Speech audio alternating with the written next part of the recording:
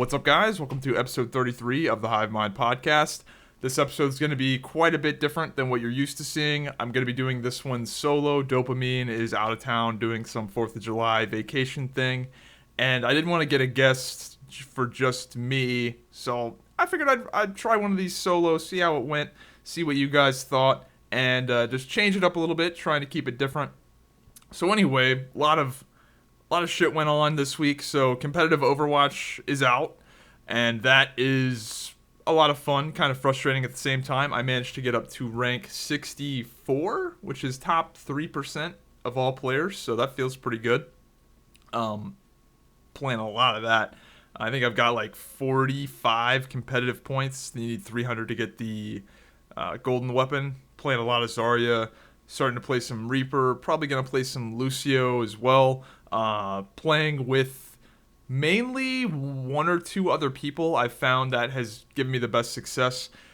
Playing with a full 6-man. If you're playing with a full 6-man, you need to be legit. You need to be sure that everybody is at the same skill level and that you're really coordinated and everybody knows what they're playing and that you've set up a 6-man group based off of what people are actually good at. For example, last time I played in a 6-man group, no one really knew how to play Reinhardt, and things went very poorly because of that. So I've had better success just adding people to my friends list that are good at Reinhardt, and since I'm a Zarya player, Zarya and Reinhardt coordinate really well together, and doing it like that. So, what do you guys think of competitive? I think it's pretty fun. I have recently tanked pretty hard. I was at 64. Now I'm at, I think, 59. So I've had a pretty bad string of Qs here this morning. Had some DCs, had some just horrible things. The main thing that I think I lose to is just that nobody wants to play Reinhardt, and I am also contributing to the problem because I don't like to play Reinhardt because he is boring to me. I know some people love him, but I just don't. I like him, but then again, I'm weird. I like Zarya, and Zarya is one of the least played heroes across the board. Maybe not so much anymore. She's recently risen in popularity, but I played her before she was cool. So, I'm a weirdo. I think Zarya is probably still a low-rated pick in the lower spectrum of the game, the lower-end tiers. I think only the really good players can really take advantage of Zarya because you need to have good map awareness and good shield awareness and stuff, and you can't really do that if you're a lower tier player. You're just not going to have that skill set to build that shield up because she's such a snowbally character. So anyway, that's Overwatch, playing a lot of that. It's nice to know that I'm not terrible at the game, because with quick play, it was just weird, Everybody was playing quick play, and since quick play was based off of a ranked system, the quick play, you had MMR and you'd face against people of your own skill level, but you had no idea what your skill level was. So we were all just running around thinking like, oh, are we good or bad? You don't really know. And now it's nice to know that at least I'm decent. So top 3%, I'll take it. Anyway, let's move on from that.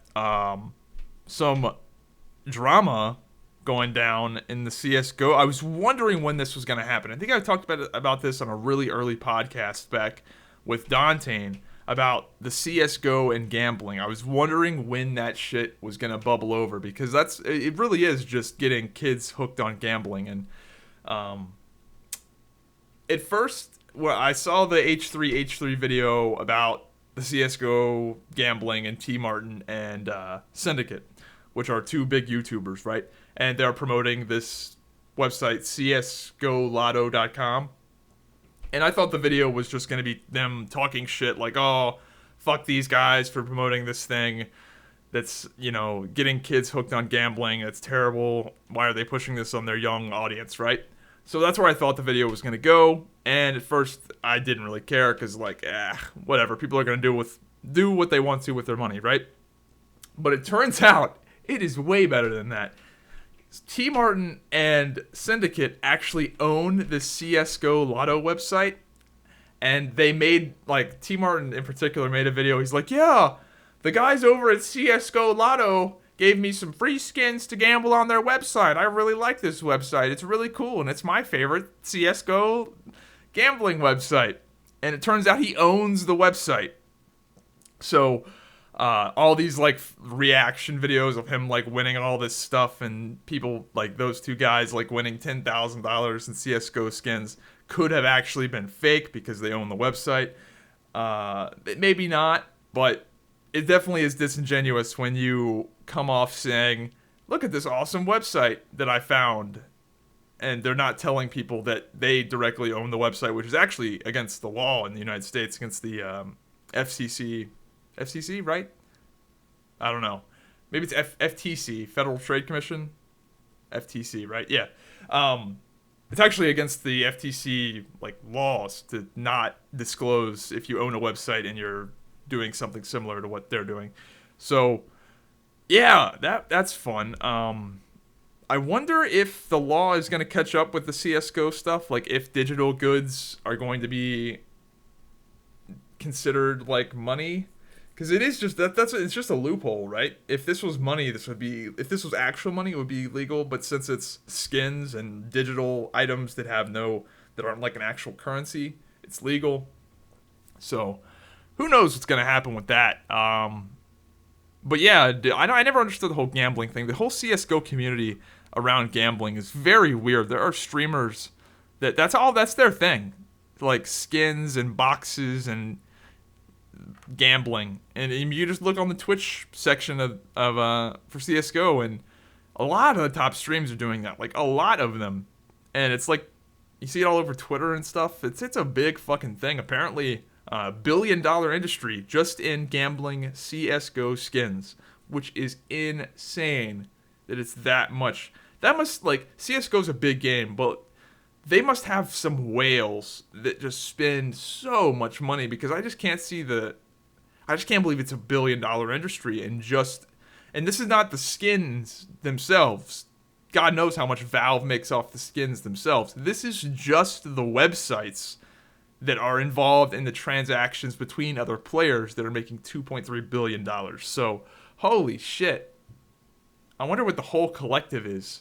It's got to be massive. So that's interesting. Let's see here. Brexit. Turns out that was not the end of the world. Shocker. The stock market recovered. Let me check my shit. My stuff went way up. Like, I made a pile of money. Let's see here. Yep. Good stuff. So I bought in right after the market kind of took a hit from the Brexit thing, and it recovered and more. Yeah, like it's up from before Brexit now. So yeah, turns out that was not the end of the world, as anybody with a brain would have realized. So I am curious to see how it affects Europe, though. I don't think Europe has recovered from it yet, but it will. I'm curious just to see if this is going to be a good thing or a bad thing, because it might be a good thing, really. I mean, the UK really is propping up the UN, or not the UN, the fucking, God, I hate all these goddamn UK, UN, there's a whole bunch of, like, U acronyms, UK, UN, wow, and I can only think of two. Jesus, I'm retarded. There's a bunch of them. Whatever. The UK is holding up the EU. EU, that's the other one. UK, UN, EU. Jesus. God, it's easy to get those mixed up. Anyway, where was I going with that? Apparently, the EU hasn't seen hardly any growth, like, since it started, like, in terms of the economy. So, kind of see why, maybe, just maybe, the UK would want out. Because they might just do better on their own. Because the thing is that the UK is kind of propping up people like Greece and these other, like, shit-tier countries that don't do dick. So, maybe they'll be better on their own. I think that's kind of the whole experiment. Anyway, moving on. Turns out a whole bunch of motherfuckers just died again. Huge terrorist attacks this week. 41 dead in Istanbul. and 126 dead in Baghdad. Jesus fucking Christ. It's getting ridiculous. Yeah, so here's a crazy stat for you. If I had a nickel for every Muslim terrorist attack since 9/11, I'd have $1,435.35. That's a real stat, which is not even current anymore. You need to add about 15 to 20 cents to that. So we're probably at $1,400, probably at $1,436 right now. So, god damn, dude. Jesus fucking Christ, guys. Anyway, I put that tweet out and I got linked. So this guy hit me up on Twitter. Let me see if I can find it. Zybak. Now this is not somebody that follows me. This is just some guy that pretty much tweets. Anytime anybody like tweets out something that's like maybe not favorable of the Muslim religion, there's like a whole bunch of people on Twitter that come and like link you all this like intellectual just garbage. So he links me to this website, simpleislam.com. simpleislam.weebly.com. And I just looked through this because I think it's funny, right? And they have a frequently asked questions section. And this is one of the frequently asked questions. Question number 3. I read the Quran. It says, quote, kill the infidels, end quote. And the answer is, that statement is taken out of context.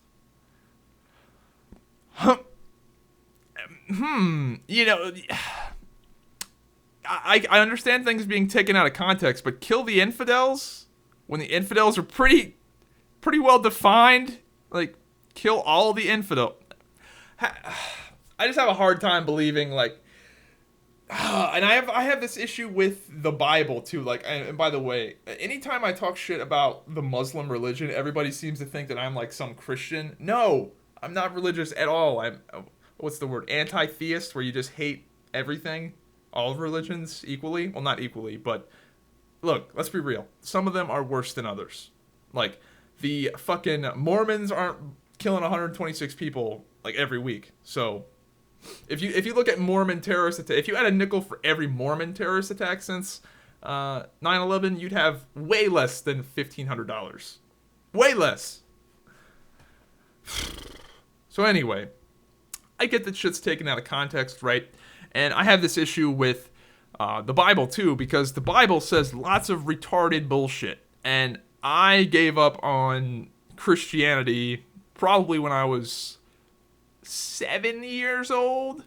I don't know if I ever even believed it in the first place, any of it, because I remember sitting in Sunday school and Noah's Ark came up, and I was like, wait, because I was real into like animals, and I don't know, for whatever reason I was really into animals at that point, like giant squid and like, I don't know, liked animals.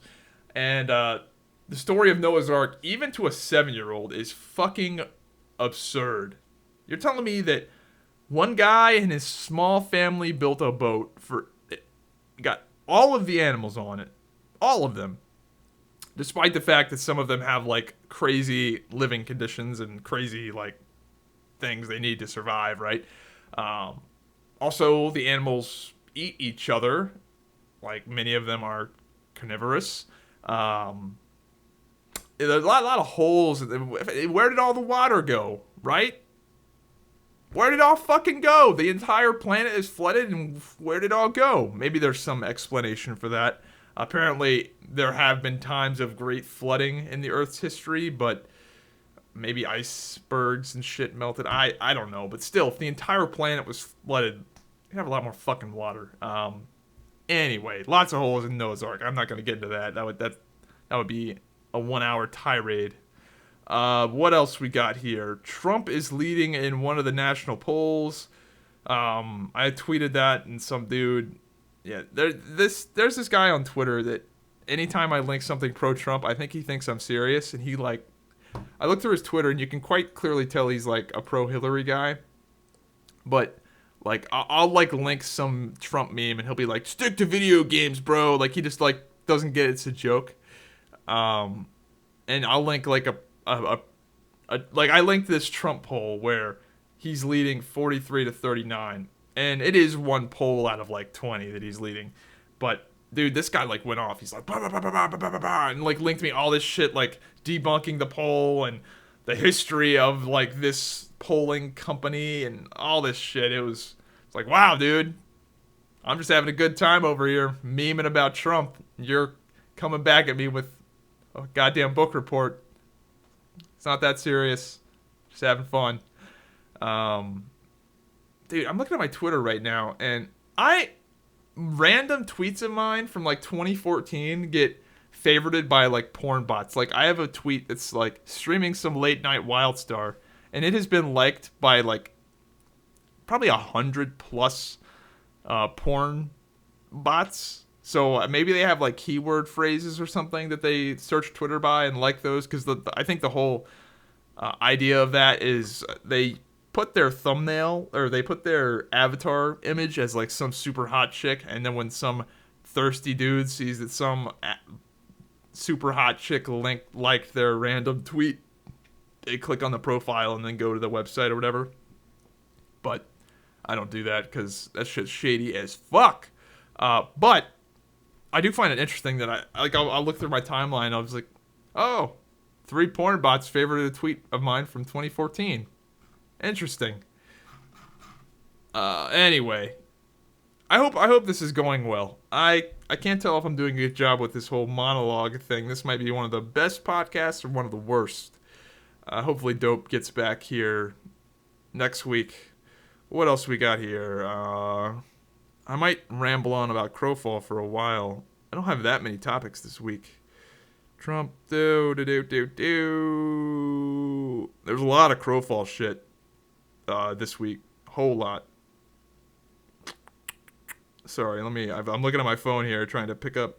Yeah, Crowfall stream. So Crowfall, the dudes over at Artcraft Entertainment, the guys that are making Crowfall, did a 12-hour live stream talking about like all the cool shit they've been working on. The game is ramping up at this point, so if you haven't checked in on it in a while, they've dropped some new stuff, a whole bunch of stuff about crafting.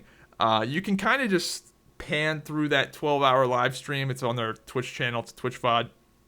And I think if you look on the forums, somebody has indexed it to where if you're, care about certain things like crafting or the Myrmidon or whatever, you can pan through it. But things are looking pretty good. Hopefully, we're going to be actually playing the campaigns by the end of the summer. That'd be cool.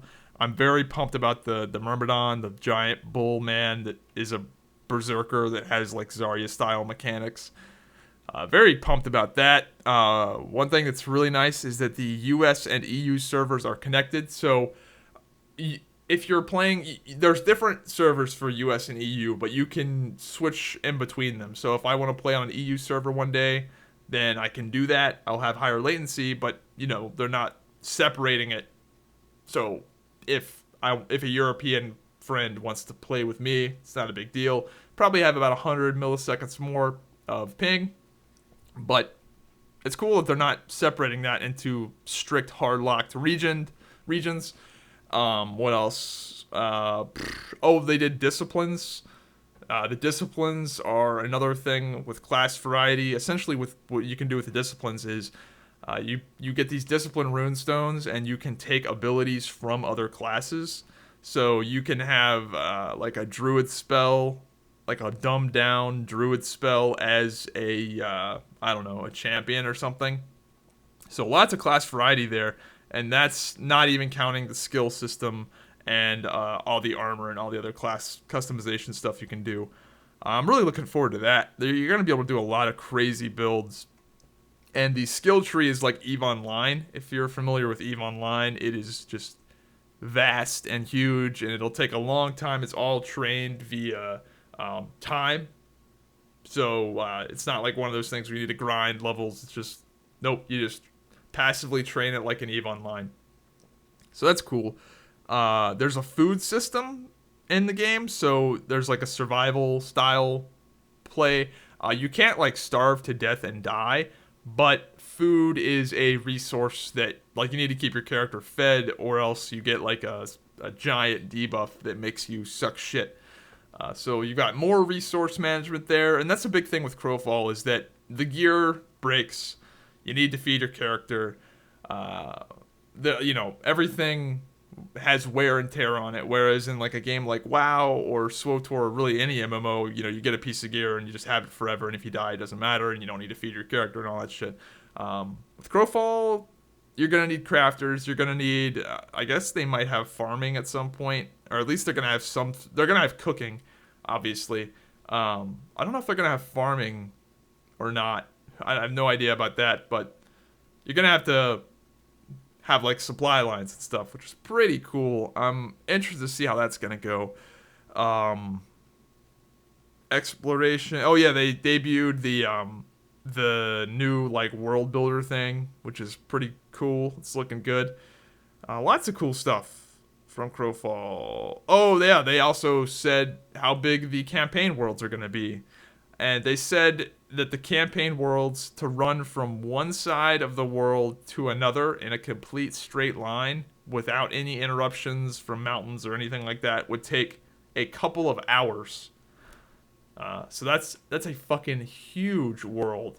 So maybe that's like, it's cool that it's that big, but maybe that's too big. It depends on how many people are on the servers concurrently. But that's cool that it can be that big. Now on to the fun part with Crowfall, and I am thinking about maybe, and this is a huge maybe, low percent chance I actually do this, but I'm putting out some feelers. I might start a guild just because all of the guilds that I've seen recruiting for Crowfall like just don't interest me. Like, there's a few of them that sort of interest me, not that, and I'm playing with some people that are in I don't want people to think that the guild that I've been playing with, that I don't like them. But I'm thinking about starting a guild. Maybe it's really early, so I'm kind of just putting some feelers out. But essentially, the premise would be for the guild is that everyone in the guild would have to pretty much commit to not doing any Eternal Kingdom stuff. And it would almost be like a communist guild, where everybody sort of puts in the pot.